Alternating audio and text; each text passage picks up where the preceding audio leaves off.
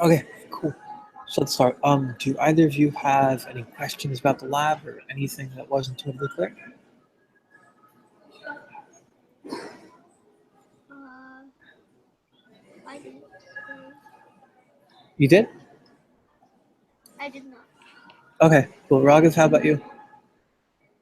I didn't have any questions as well. Okay, cool. Let's okay, well if anyone else shows up who does have questions, we can go over that. Other than that, let's go over some ideas on inheritance. So are you guys pretty cool about the ideas around like inheritance and stuff? Yeah. Yeah. Cool. Okay. So do you kind of so you guys understood like overload constructors and everything? Yeah. Yeah. Okay, that's cool. That's cool. Um, are you guys familiar with like casting? The idea of casting variable types? No. Okay, let's do a quick demonstration of that then. Okay.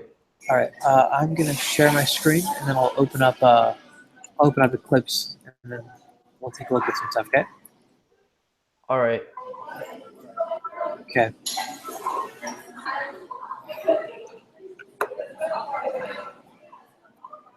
Opening up the clips right now.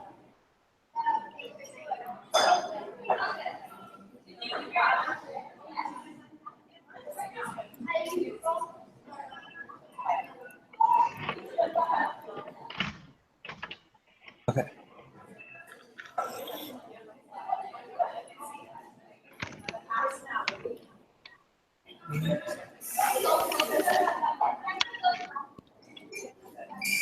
Let's screen share just fine.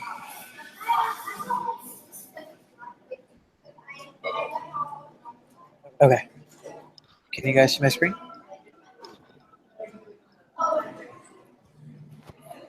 Okay. Can you guys see everything? Yeah. Okay, cool. So really quickly, I'm just gonna make a little demo project here. I'm gonna call it inheritance.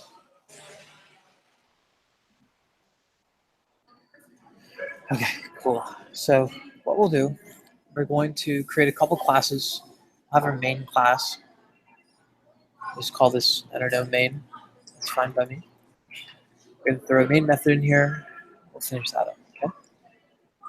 So you guys are familiar with this stuff, right? Nothing new.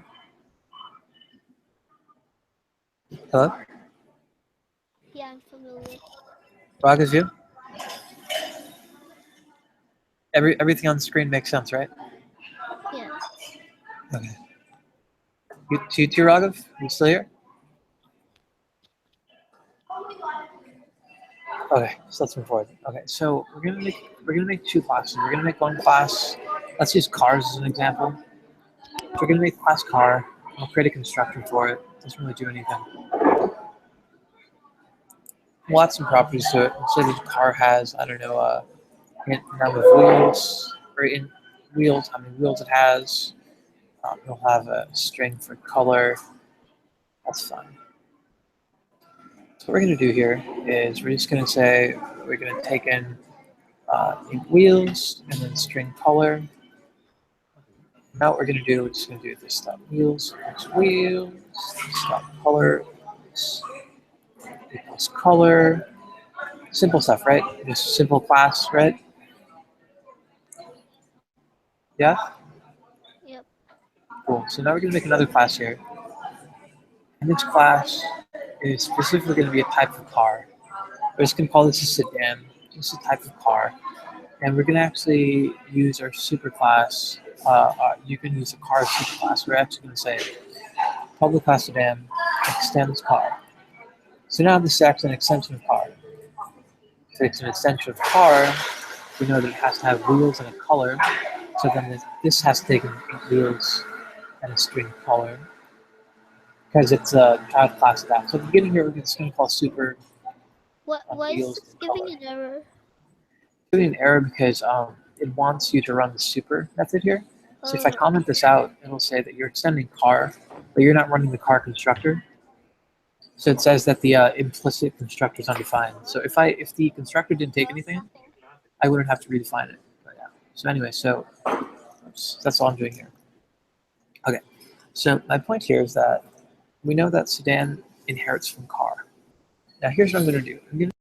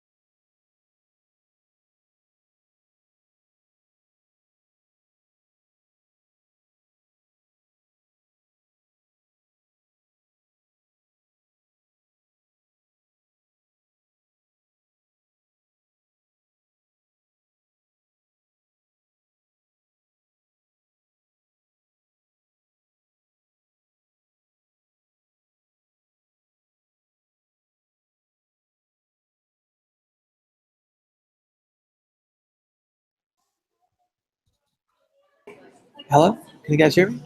Yeah. Okay, cool. That's Yeah. weird. I got muted a while ago, but okay. But anyways, I made two classes here. One is car and one sedan. Car has wheels and a color. Sedan is extending car, but then the constructor only takes in a color, and we make sure that the wheel is always full. So sedan always has four wheels. Does that make sense, everyone? Yeah. Yeah. Okay. So now what we're going to do, the thing that we're going to talk about now is polymorphism. Um, a sedan is a child of car, right? But here's the tricky thing. Let's say that I create a function in my main that takes in a car. Okay? So I'm going to say public void, if you have to be static, public static void paint silver. We're going to take in a car. We're going to call it car. So what paint silver does is it just says car dot color equals silver. Okay? So I can give this a car, and all it'll do is it'll change the color to silver. Does that make sense? Yeah? Yeah. Yeah, so whatever car I have, if I just do paint silver A, now A should be A will now be silver. Does that make sense? So that's all we're doing here. Now here's the tricky thing. Um, what if we want to paint C, which is a sedan? What happens now? Do you notice how we don't get an error? See that?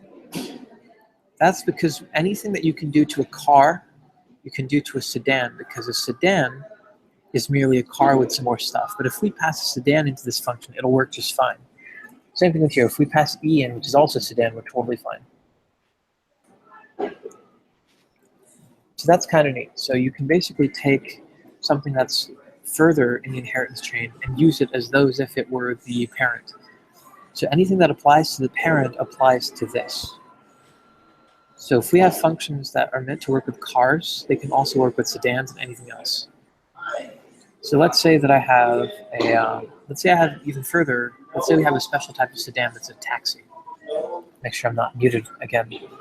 Okay, not muted, that's good. So we're gonna make a taxi, and a taxi car will extend the sedan.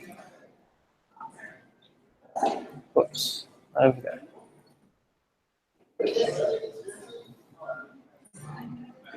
Taxi extends sedan, and for a taxi, the color was always yellow.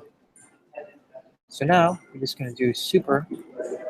And for a super class, which is sedan, we only have to give the color. So now since the taxi is all yellow, we just say that's yellow. Check that out. So now in our main, we can also make a few taxis. Say taxi, taxi, Bob's car, taxi, taxi, Ricky's car, taxi.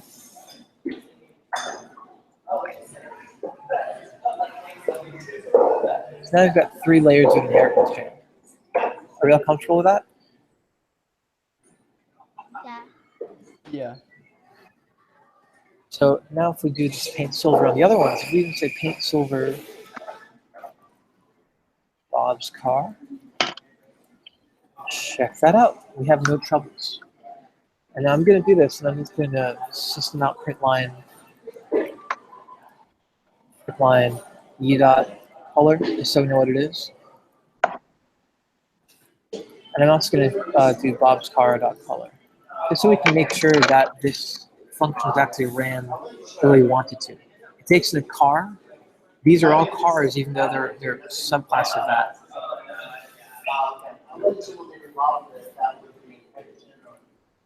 Now, if we run this, they should both be silver now because we painted them silver. So we'll run this really quickly and check that out. They're silver. Okay. So the idea with inheritance, another important idea, is that you can treat children the same way you would treat the parents, because the subclass is also whatever the parent class was. So every taxi car is still a car.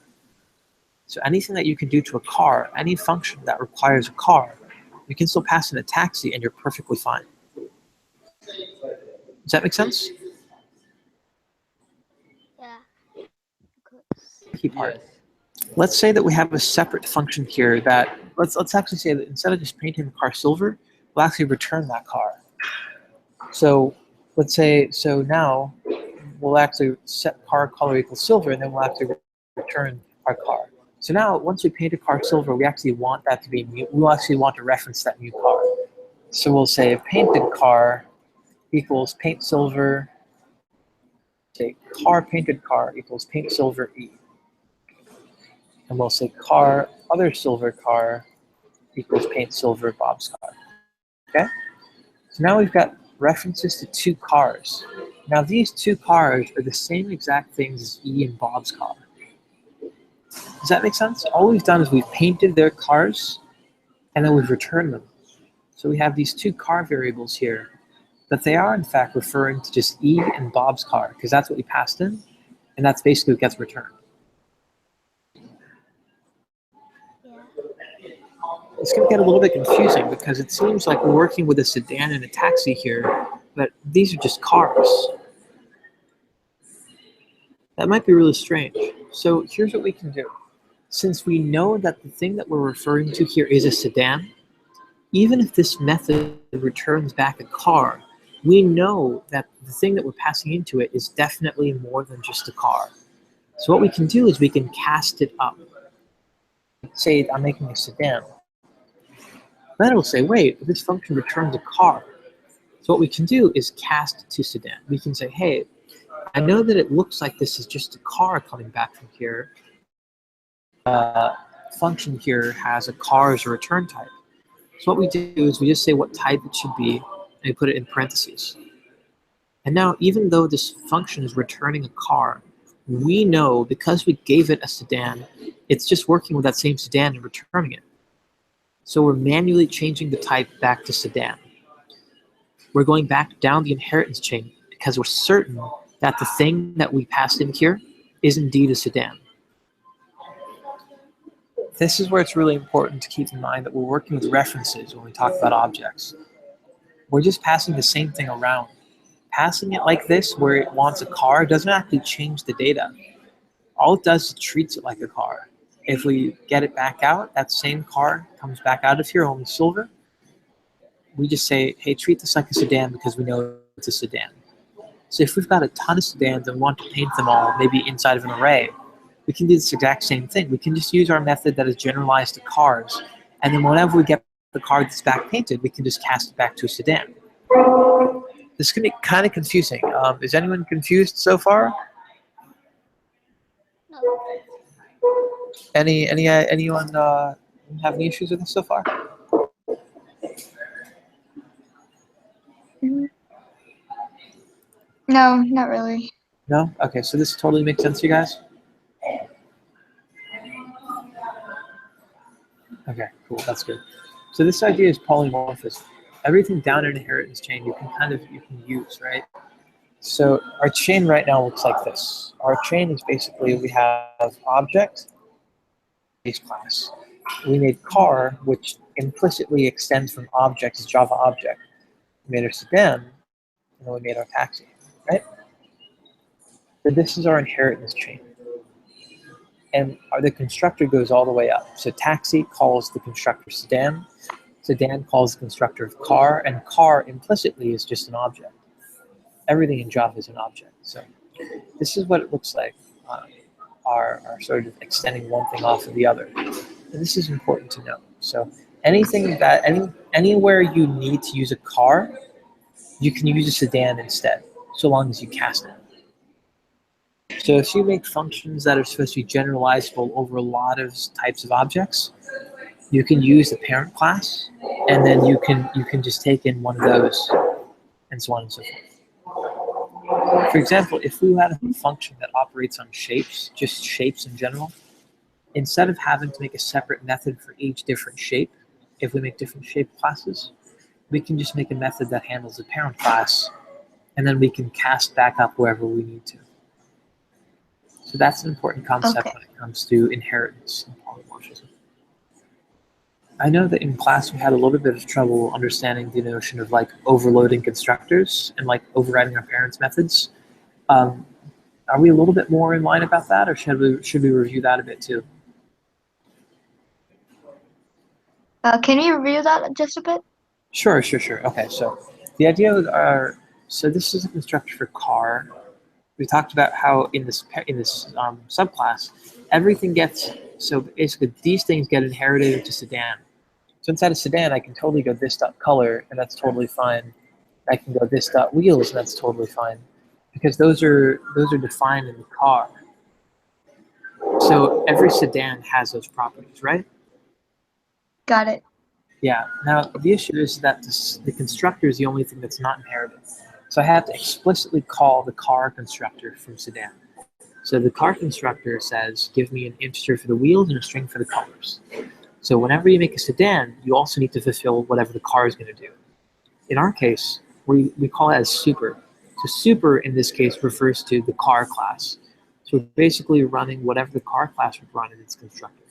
Only this time, instead of giving it a value from whatever gets passed in, we're saying that every sedan has to have four wheels.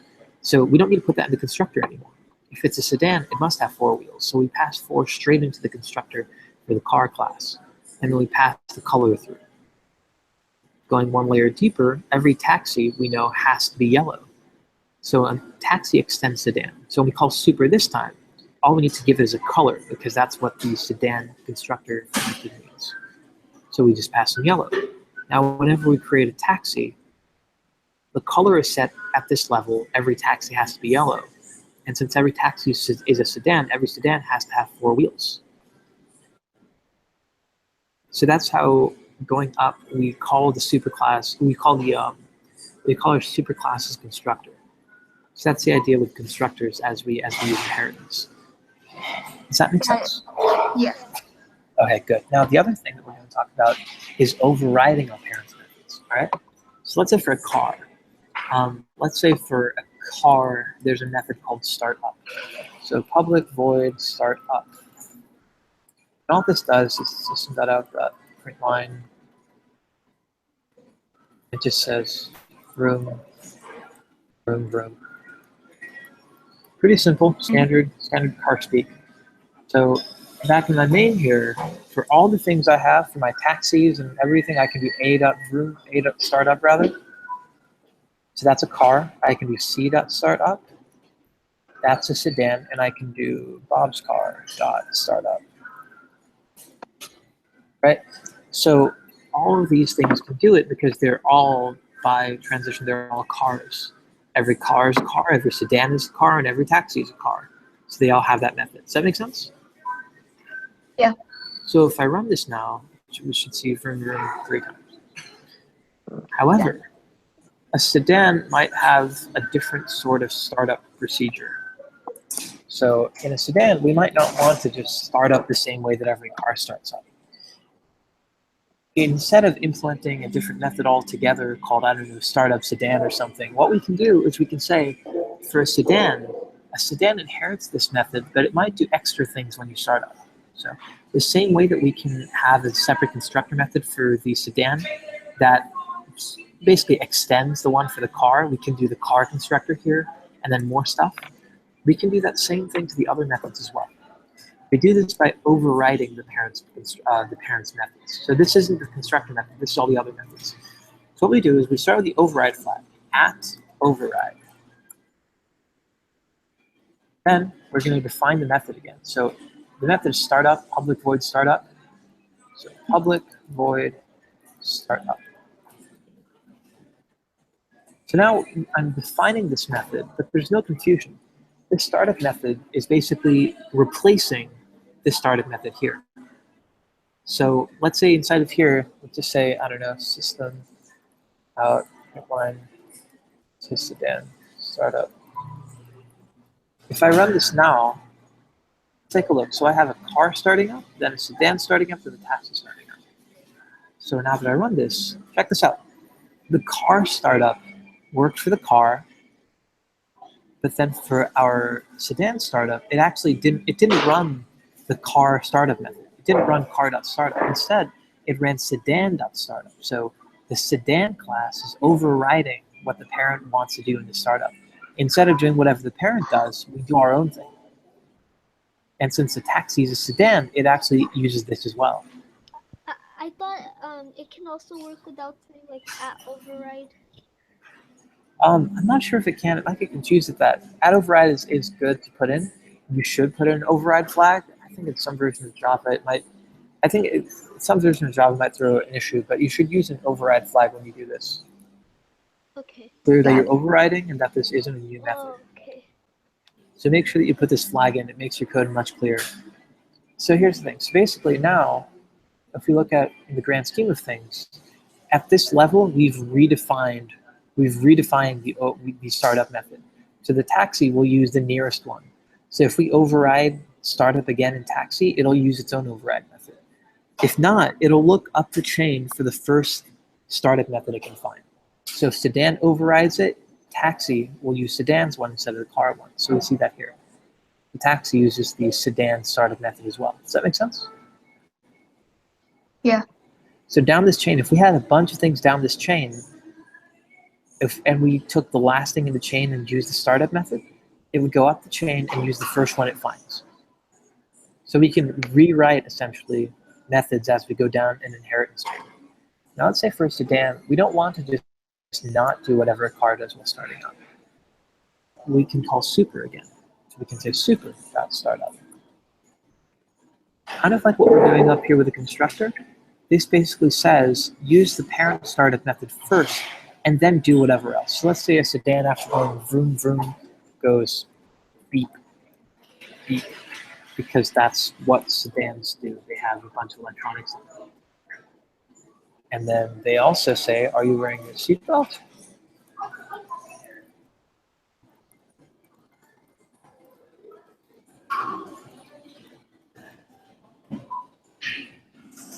Now, if we run this, notice that we haven't completely overridden it, but instead we've added to it. So the car does this, the sedan does that, but then also does these extra things. And the taxi does whatever the sedan does. Now let's take this a step further and override it in the taxi as well. Override.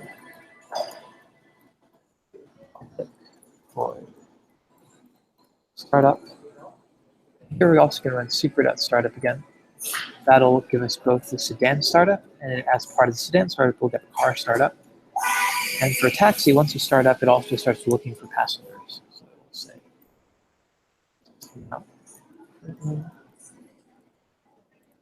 Passengers.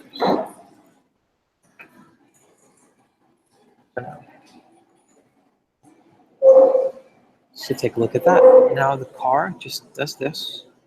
The sedan does that, but also beeps and checks if you're wearing your seatbelt. And then the taxi does what a car would do, then it does what a sedan would do, and then it does what only a taxi does. So see, at each step now we've overridden what it means to start up. We could have just stopped inheriting from our parent and not using the parent one here. We decided to add to our parent's method instead of completely rewriting it. So that's what overriding a method is. Does that make sense, guys? Yeah. Okay, cool. Yep. So that's important to know as well. Now, let's see. I think we have a few more people on. Let's see who we have here. Okay, cool. So do any of you have any questions about the lab or any troubles or anything that you want to review in particular?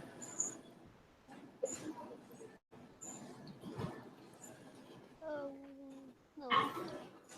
No, not at this moment, I guess. Okay, cool. So then I guess I might as well show you guys some other cool stuff. So here's something neat that you can do in Java that I don't think you can do in many other languages. Check this out. So we have Bob's car right here, right? And we're starting it up. Let me start Yeah. another taxi up too. Let me start Ricky's car. Start up. Here's something pretty crazy that you can do in Java. When you create a new object here, you can override methods for just that one object. It's pretty crazy. So I can just open this up right here, and I can do @override. I can do public void startup. Here I'm just going to say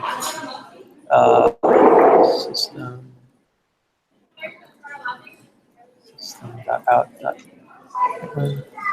This is Bob's car. So now, for just Bob's car, just this one object, we've overridden the startup method. So regardless of whatever happens in the parent, we've now overridden it. So this is what happens when Bob starts up, regardless of what other taxis do. So this is pretty crazy. You can override something for just one instance of a class. So if you look here, Ricky's car will do whatever it does. Bob's car will act differently. So if we run this again, look at this. So now this is A starting up.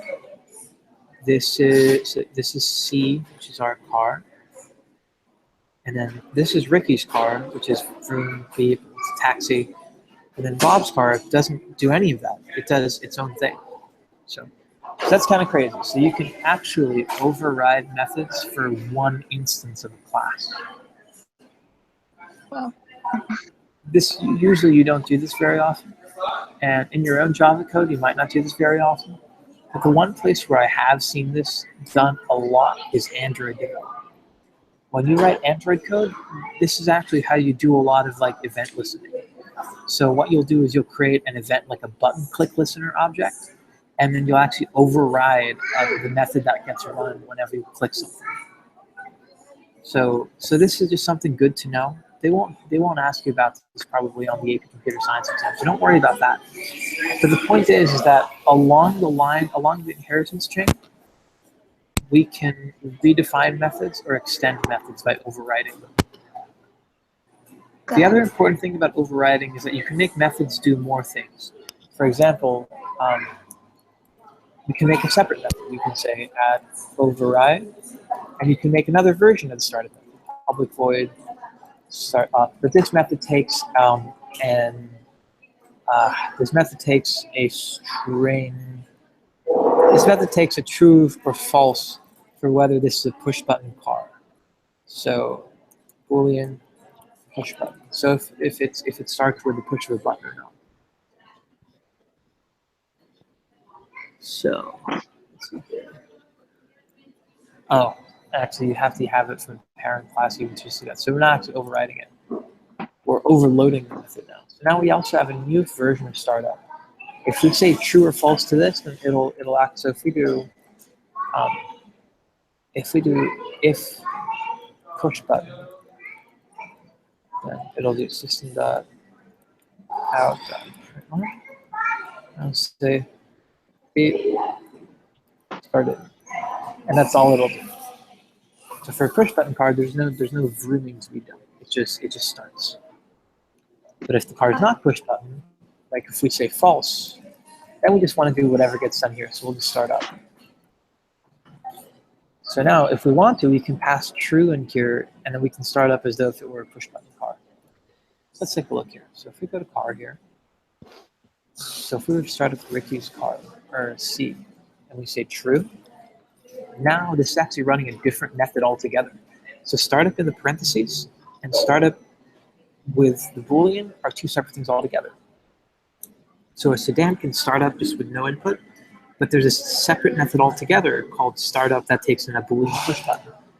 So this is an overloaded method. We're overloading the number of arguments this expects. So instead of taking no arguments, we take one argument, and then we're going to do something custom, or we might just fall back to doing it the regular way. So now if we run this, notice that, there we go, see? For the first one, the car does this, but for our sedan, since it's a push button, it just beeps and then it starts. If we get rid of this, or if we say false, it should do it just as normal. There we go. So now it just does it the normal way. If we go back, and if we just do it with anything, it runs that default method. And then if we say true in here, it'll also, there we go. Now, the cool thing is that since these are taxis, we can also punch in true here. So here's something else. So let's actually look at Bob's car. So for Bob's car, we said that if we start up, we've overridden the startup method, right? So if Bob's car starts up, it says this, right? Yeah. So now, let's say we start Bob's car up, but we actually put true in here. Do you think it'll say this, or will it do the other thing?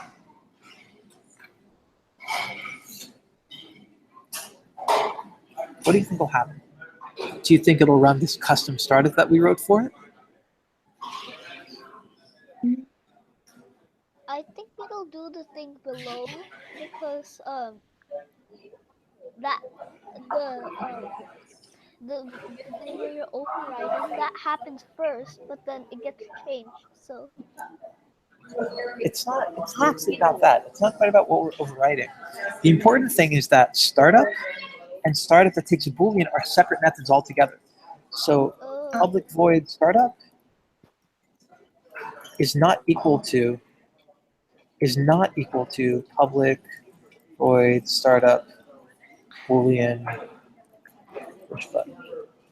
So remember, guys, these are two separate methods altogether.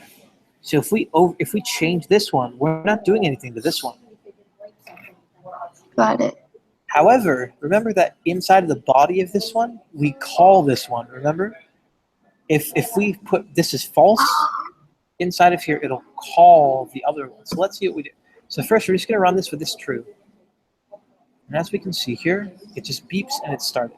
Now let's set it to false, and let's see what happens here. Set that to false. And look at that. It ran Bob's car that he does whatever he wants. That's because inside of the definition of this, if it's false, it'll run startup. But for Bob's car, startup has been redefined up here. But that's the thing. Here, our custom method is calling this method, right? But the point here is that methods, even if they have the same name, the argument list and the name makes up the method signature and the return type, okay? So even if we just add arguments, this method that we've redefined up here is not, in fact, the same as this method with the Boolean argument. Okay? So that's important to know, that if we add another argument, we've actually created a new method altogether. And if in the taxi we want to redefine the startup true thing, we have to do that manually. Just overriding startup does not override this other method. In fact, this method will get inherited directly into taxi. Does that make sense? Yeah. So we have to be pretty mindful about we have to be pretty mindful about what thing gets inherited where and when we redefine things. This seems kind of trivial here because we're just working with examples, but when we're working in sort of like um, Android is a good example. When you're working in Android, you're doing a lot of extending, and you have to be pretty careful about what things you extend where and whether you completely redefine methods or not. Yeah, working on that. Yeah. Okay. So that's a little talk about that kind of thing. Okay. So, anyone have any questions? No. Okay. Oh, wait. Well, if this counts as a question, but Sure. is it says? All right. Thank you. Wait. What was that? I didn't hear your question. Oh, code. Is it okay if you share your code with us? Oh yeah, totally. All right. I mean, I'll throw this project up somewhere. Let's see, what's a good way to send Question this I up? couldn't hear. I can just like zip this project up and let you guys like have at it. Let's see if I can do that.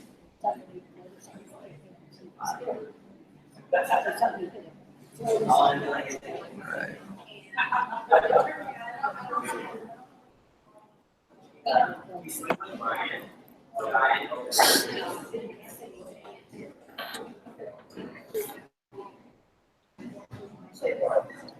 I'm doing that right now.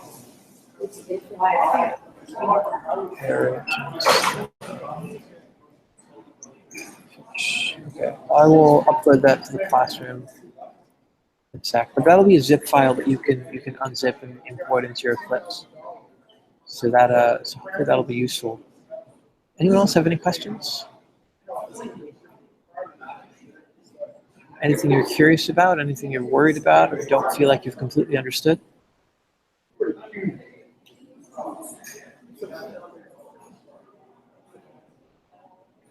I'm good. Okay. I don't have anything in mind.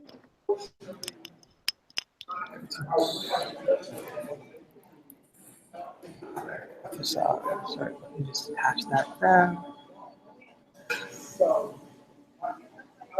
Desktop.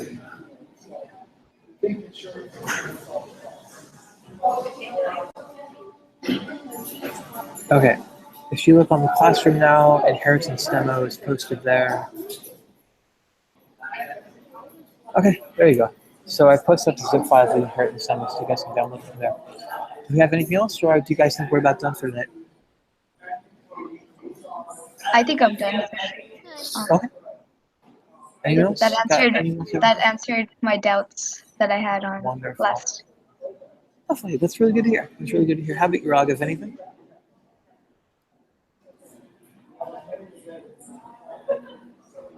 All right. Looks like we might have lost it. Probably. Okay. Pranav, anything else? No. Okay. Awesome. All right then. Glad Oh. you guys made it today. Oh, and Yeah. real quick. So, do we always have our online review sessions here, like at this time exactly, or is there We're other trying to. time? I mean, we had one on Wednesday, and then we're having one on Friday as well. We haven't set the times in stone, but I'd like for people to actually show up. So we're trying to just find a time where people will actually show up. Okay, because usually I won't be here during this time. I'm surprised I'm actually here. Yeah. Well, thank you for So, being here. Yeah. So we'll have to figure out what times work for people. Me and We're my trying. sister Yeah. best prefers Thursday. Thursdays are best. Yeah. Thursdays work for me as well. Um, so we'll have to figure out the timing thing. But I really do want people to be committed to actually showing up to these things. So once we have yeah. that, I think that'll be really good. If you actually have people here ready with questions and everything, because Yeah. usually it's pretty clear that people have understood at least some things by the next session. So you do wish that they would kind of show up to these so we can fill in the gaps and make sure that we all understand everything. Yeah. Yeah. How many of you guys think this helped at all? A little demo and everything. Like it did help. I mean, I was pretty confused after I That's left good. class. I'm like, what happened Okay, again? that's good. So this actually helps ease the confusion of class. Yes. Yeah. Okay, that's very good to hear. That's what I hope to do. Yeah, that's the thing. I feel like if everyone did show up and we kind of ease everyone's confusion from class, I think we'd be able to go at a much nicer pace and you know, have to cover much more ground. But all right, thank you guys all for being here, and then we'll hopefully find a good time for everyone to be here. All right, well, have a great night. All right. Take care, guys. You Bye. too. Bye.